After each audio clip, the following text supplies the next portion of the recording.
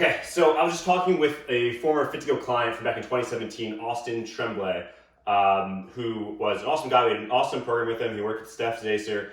And one of his main things when he started was he had a knee issue and he had a shoulder issue. So I was just following up with him, and he told me, I was checking how his shoulder's doing. He said it's doing great, but he's got a hip issue now that he's been seeing a bunch of different physical therapists, and he's having pain. And so rather than just typing to him what my recommendations were, I want to make this video because I've been meaning to talk about this very particular issue and the fix.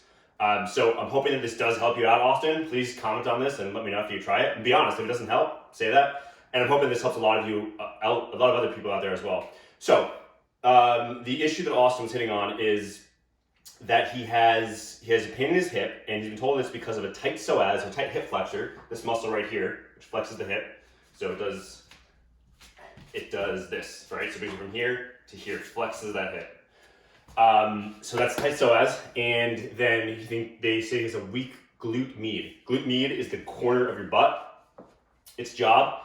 So the glute med's job, the main function is to basically push your legs out. So like externally rotate, so to go from here to here. So pushing the knees apart, so pushing them out, and then rotating out.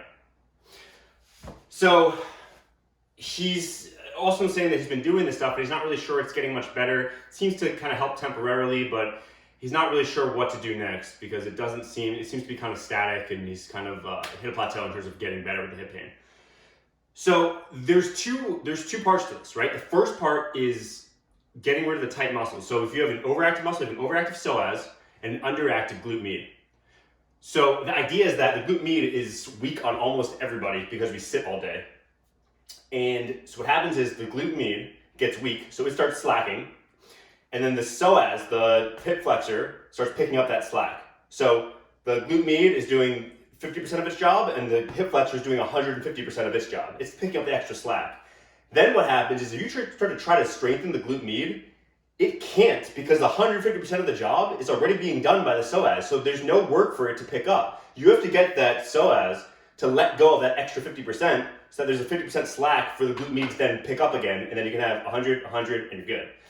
So that first step is SMR, self-myofascial release, which is, you probably have seen something like this before, a foam roller. That's what this is for. The thing is, most people do this wrong. Most people do this in a way that does not help anything from a tissue quality standpoint, because the way to actually get results in this is not the way that feels right. It's very counterintuitive. So when you think about stretching, when you think about a massage, you think about like, it's gotta hurt so good. It's gotta feel so much pain. I gotta find the spot. It's like, yeah, that's the spot. That's not what you wanna do with foam rolling. All right, so let me show you, we'll look at the hip flexor specifically. So here's how you do the hip flexor. So let's say it's his right hip. So it's gonna put it basically right at the bottom of, right at the top of his thighs, the top of his quad, like right under his hip bone. And he's gonna go right in that area, and he's gonna roll around a little bit, coming forward, coming back, and rotate a little bit in, rotate a little bit out. And you're looking for what is the most tender spot? What spot hurts most? Once you find that spot, spend a good 20 seconds rolling around and find what that tender spot is. Once you find that spot, you're gonna commit to it. You're gonna take your phone, you're gonna set a timer for 60 seconds, and you're going to just hold that spot and deep breathe. So you're gonna breathe in through your nose and out through your mouth, taking full 5 seconds to let that breath out through your mouth. So you're going,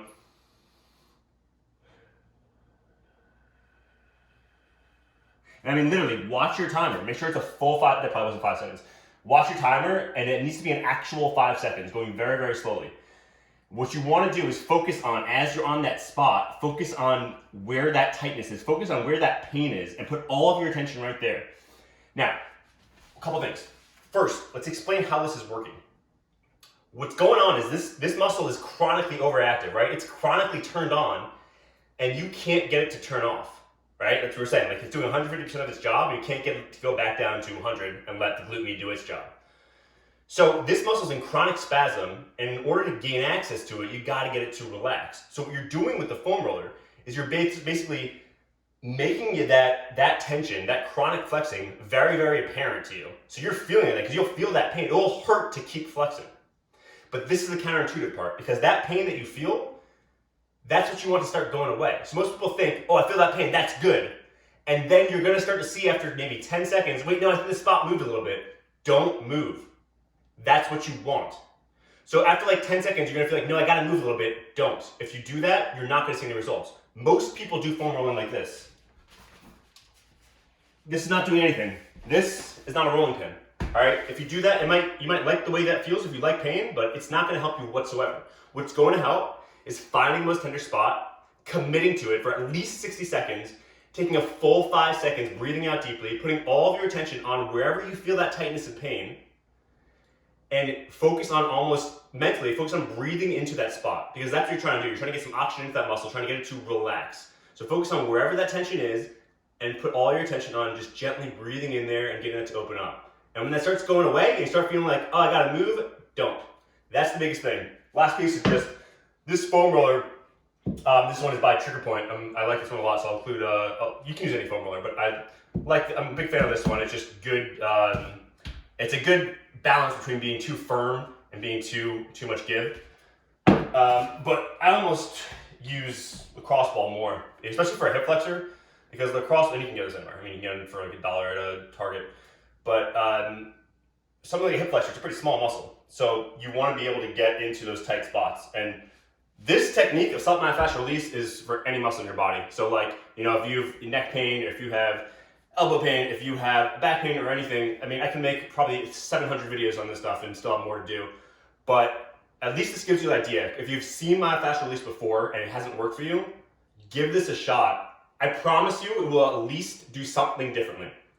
All right, so Austin, hope you don't mind I put you on blast here and just talk about you to the whole world, but let me know if it helps, and anybody else out there that's watching this, let me know as well. I'll talk to you soon.